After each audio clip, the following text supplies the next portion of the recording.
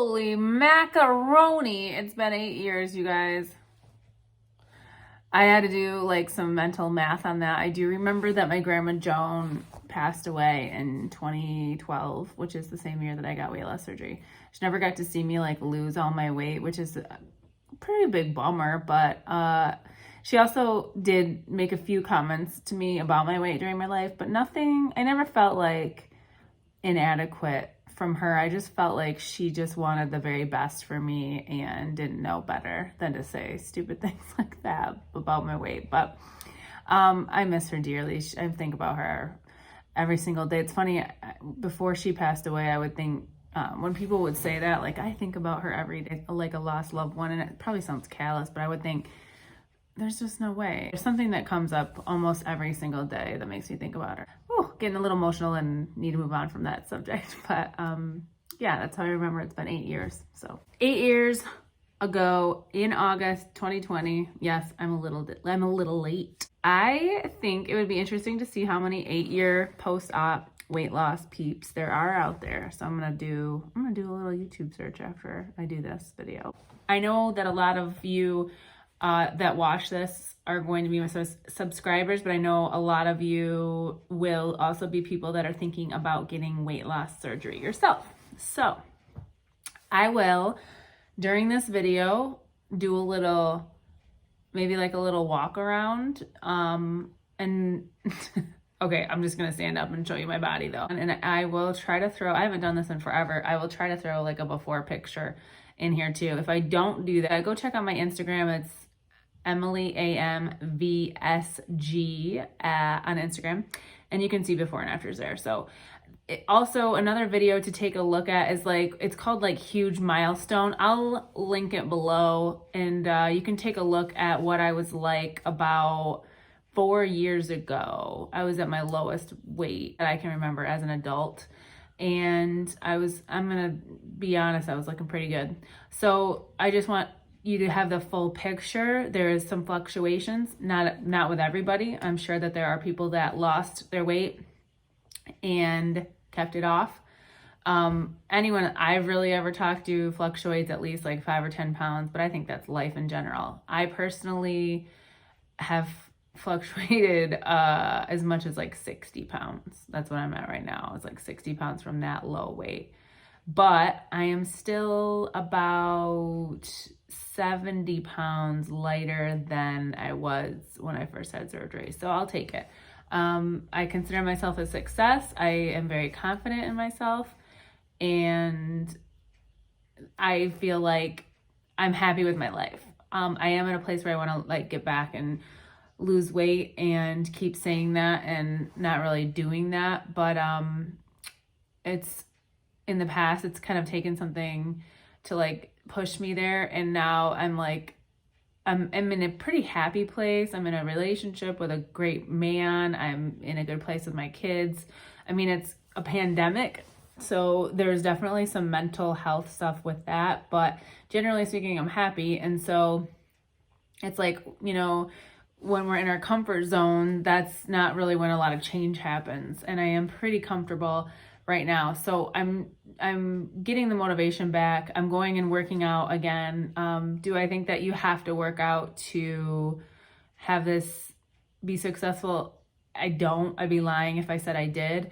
But I do think that it is very much a mental piece that we need. It helps motivate us to eat well, in my opinion, because you feel like you're doing something healthy for your body and your strength and your muscles and your cardiovascular system. And then automatically it's gonna gear you to wanna eat better too. I also recently went off birth control, and so I've found that that's making me less hungry, so I'd like to ride that wave. But I also find that I eat out of boredom. I sheerly eat a lot of the stuff that I eat just out of plain being bored. And some things that I've learned along this 8 years of having weight loss surgery, and probably the number one negative thing that I will tell you is that I've had a lot of stomach problems, and I did have stomach problems before surgery. I suffer from IBS, which I personally believe is just, IBS is kind of a blanket for doctors to that when they don't know what's wrong with your stomach and you're having all sorts of issues. But I've struggled with that for a long time. And I also had my gallbladder out when I had VSG surgery. My gallbladder started like acting up, doing the stones about a month before surgery. So the timing was kind of good if that was going to happen. And they were able to do both of those at the same time. So that being said, I think that definitely has an effect on my gut, my stomach, my colon, that kind of stuff. I also suffer from endometriosis. So all those are contributing factors, but you know, there are things that are definitely just surgery related. So like when I used to eat ice cream, like probably for the first 3 to 4 years, when I would eat ice cream, I would instantly feel disgusting and like get sweaty and nauseous, kind of like what they tell you about like dumping syndrome for like the gastric bypass patient. Now I still like get a weird feeling. Like I think my stomach is very temperature sensitive since my surgery. Less maybe so than it was originally, but it still is temperature sensitive. When I eat something like really hot, like a hot soup, or like coffee doesn't really do it, but like if I have like a lot of hot soup, like eat it quickly, my stomach, I get nauseous. With ice cream and stuff, like the cold, it just does not feel good on my stomach. Heavy things like heavy cream and things like that can feel really weird in my stomach and sit weird too. When I eat bread, that fills up my stomach, especially if I like have anything liquid with it or drink something with it. Still things that are issues, and rice as well. So those are like the biggest things. I feel my stomach feels the best when I eat something like meat or salad. So if I was like to be out with friends, like I wouldn't really want to eat like pizza or bread or anything like super like carby or anything like that, because you know, it just makes me feel gross. And so I do like to have a couple cocktails like when I go out. I mean, who's going out these days, but you know, normally when there's not a pandemic going on, like I like to have a couple cocktails, and I like to just like not eat a ton with that, because then like you just feel gross, because a lot of times I drink like seltzers and they're carbonated and all that. I will tell you, and I've talked about this in many videos, I have tons of videos on weight loss surgery related stuff. I have over 100 videos at this point, and maybe close to 200. I don't know, I haven't looked in a while. A lot of those are weight loss surgery related, some are not, but like if you're looking for information, you'll see me at different places in my journey. If you look at that milestone, you know, video, you'll see me like at my thinnest and like most fit. And so it's just it's a reference point for you. You know, I definitely was of the mindset that this surgery was going to cure everything for me, and all my problems were weight related. And as much as a lot of us want to say that we don't feel like that, I think many of us do. I think that many of us do have the mindset that if we weren't fat, I don't like to use the word fat, but I'm just simplifying it, and I think it's a negative thing, but it's like how we talk to ourselves. And I definitely talk to myself that way. If I wasn't fat, I could have A, B, or C. I could probably make more money. I could, you know, have relationships, this or that. I will tell you, you do not need to be thin to have those things. However, what I think that losing weight does is it creates more opportunity.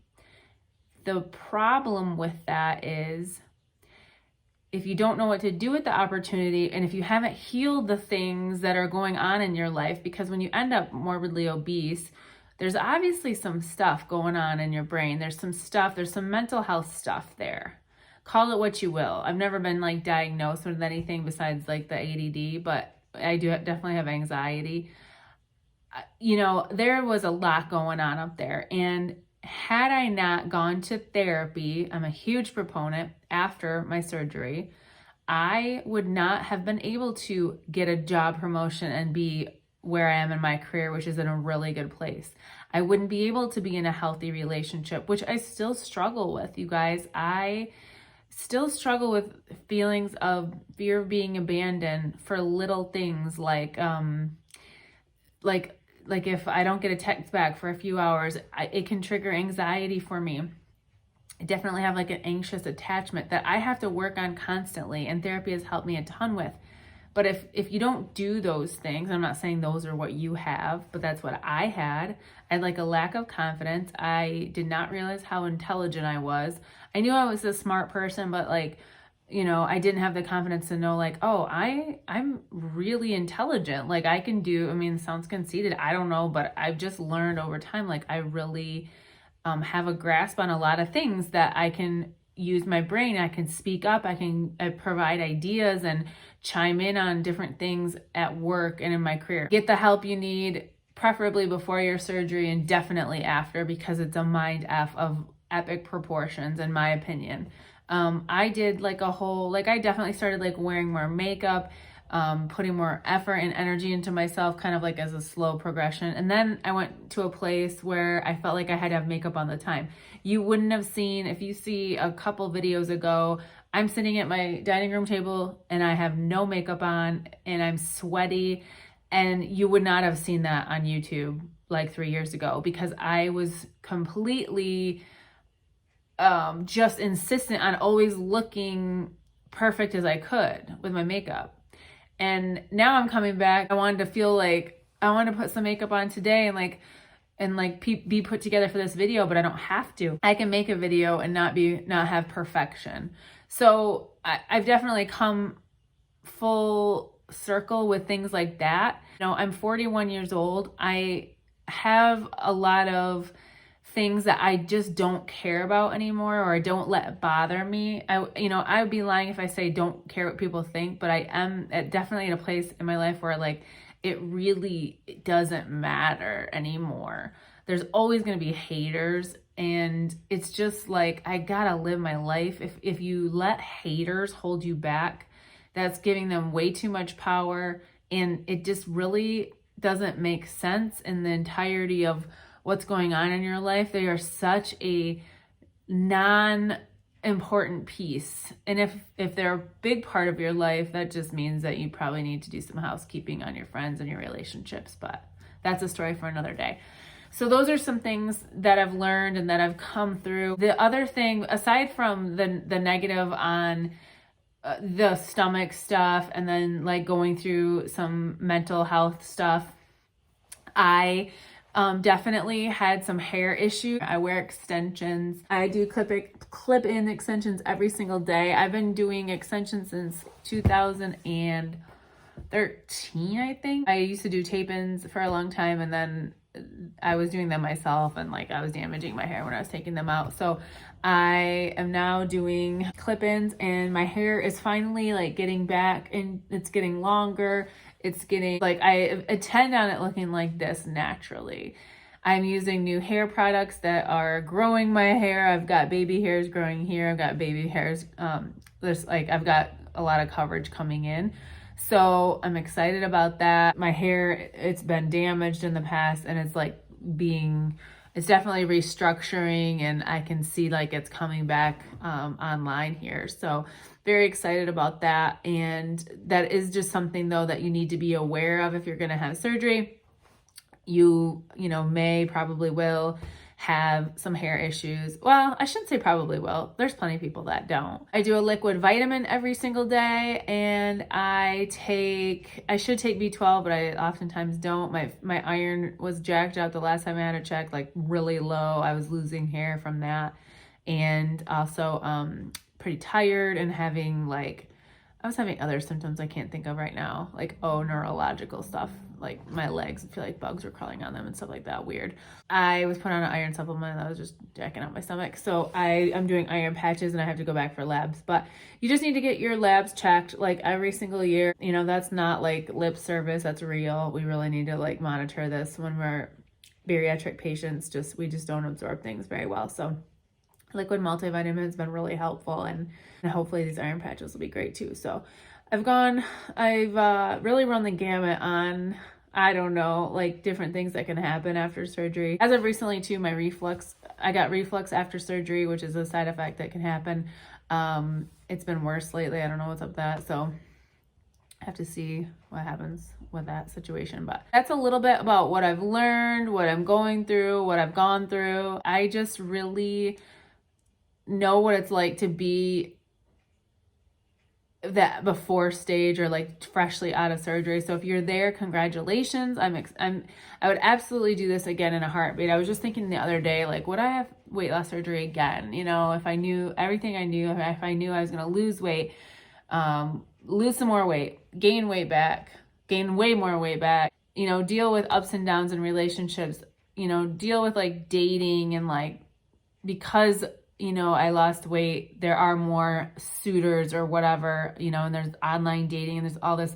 And like, I went through a lot of crap with that too. So if you're single, you know, there's going to be some situations with that. And do you talk about your weight loss surgery? Don't you talk about your weight loss surgery? Do you let people know you wear hair extensions? Do you share everything about your life? And I'm an open book, especially probably more with you guys than anybody else. And I have gotten to the point over time where I realize I don't have to share like everything with people as far as like friends or like telling people like certain things. It's like I can keep some things for myself, and sometimes people unfortunately will use things to hurt you, and I think I'm probably a little wounded by that. But the biggest takeaway probably from weight loss surgery is to like do things that are healthy for you, do self-care, take care of you, because if you're anything like me and in my situation, I'm a single mom of 2 kiddos, and I take care of everything at this house, and I have to make sure that I'm in good running order before I could ever do that. I used to run on a shell of a human before, and I only had fumes to give them. And now I do take care of myself, and I don't have mom guilt nearly like I used to.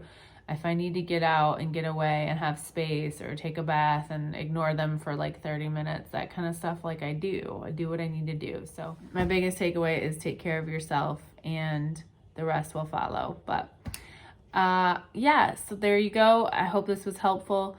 Oh, I will show you what I look like.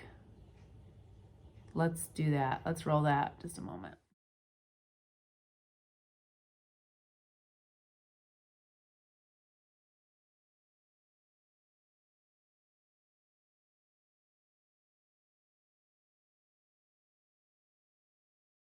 Am I gonna do a little fashion show? Also, I've had a tummy tuck.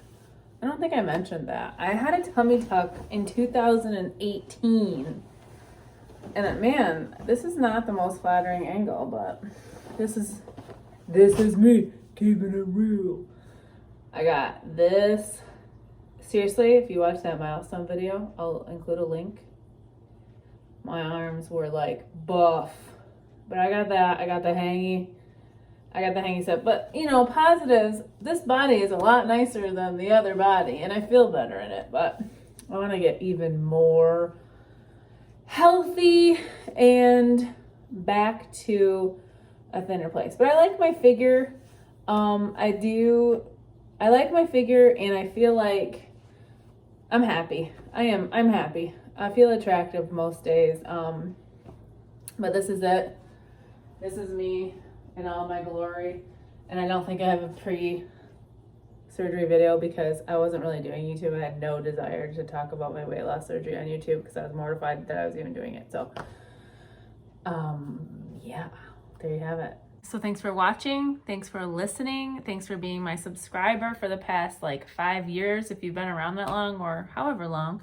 I do appreciate every subscription. I appreciate the thumbs up and the likes if you want to do that. But most of all, I just want you guys to know that YouTube has been a really positive thing in my life, and it's been a great outlet for me. It's been a great interest of mine. It's been something that I've really been able to put a lot of my life into. Like really, like I've got hours and hours of video on my YouTube channel just for you guys, and it's been very therapeutic for me. So I just wanted to tell you guys thank you from the bottom of my heart.